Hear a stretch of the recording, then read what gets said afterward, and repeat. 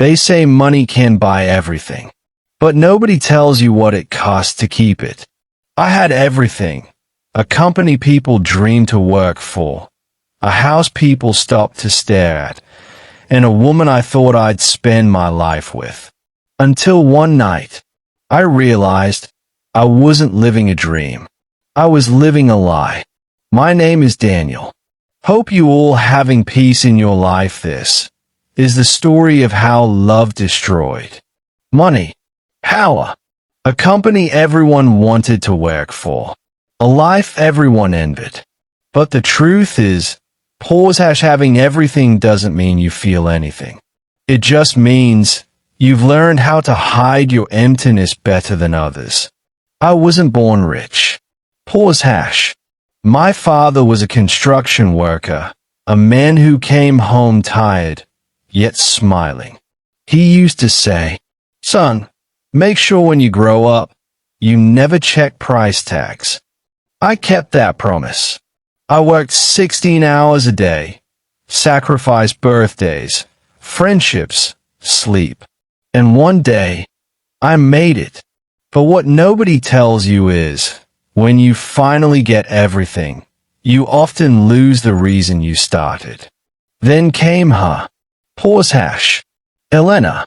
I met her at a charity event in Manhattan. She wasn't impressed by my name or my suit. She looked at me like I was a person, not a paycheck. We talked for hours that night.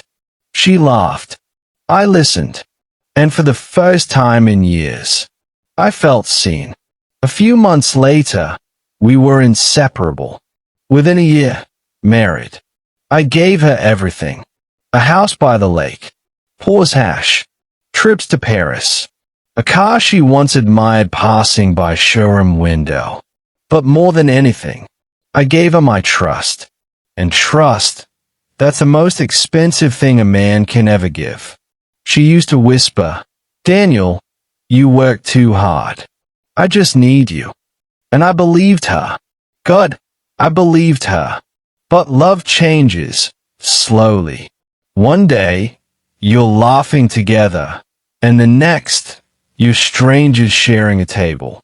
She started spending more time on her phone, came home later than usual, and when I'd ask, she'd smile and say, "Just with friends."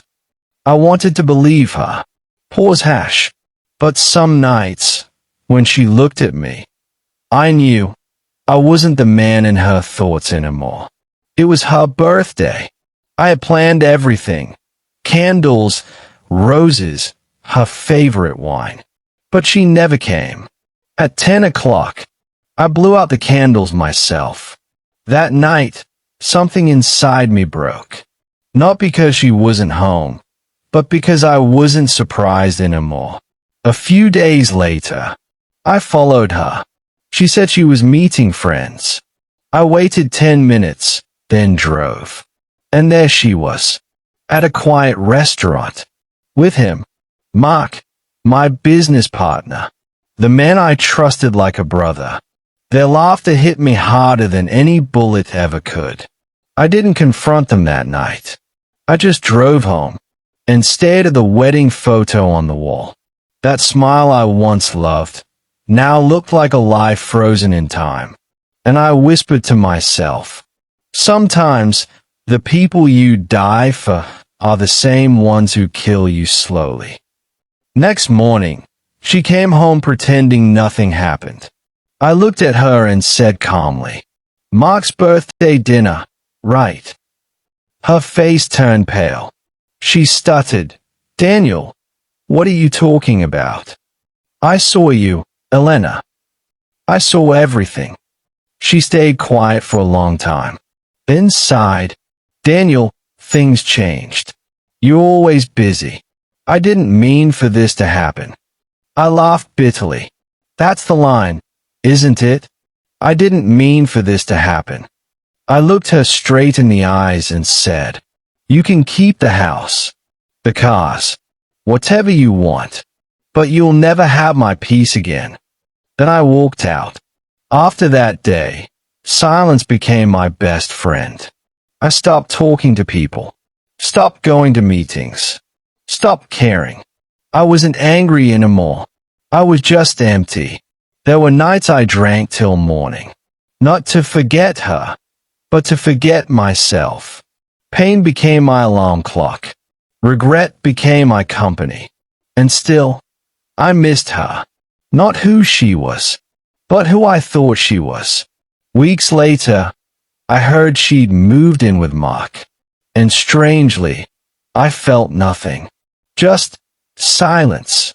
Because when someone breaks you like that, you eventually run out of feelings.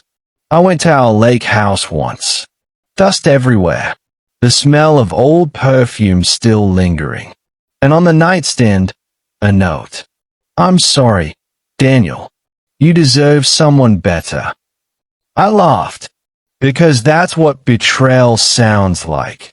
Polite apologies wrapped in cowardice. I lost myself for months. Didn't know who I was without her shadow. But pain, it teaches you patience.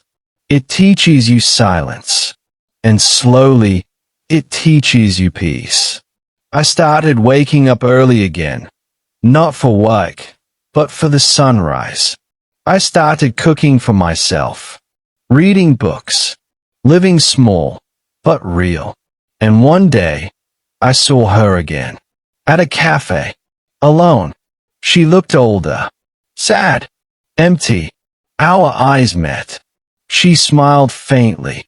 And I just nodded, paid for my coffee, and walked away. Because sometimes, closure doesn't come from confrontation. It comes from peace. It's been 2 years now, and I've learned something. Love without respect is slavery. Money can buy comfort, but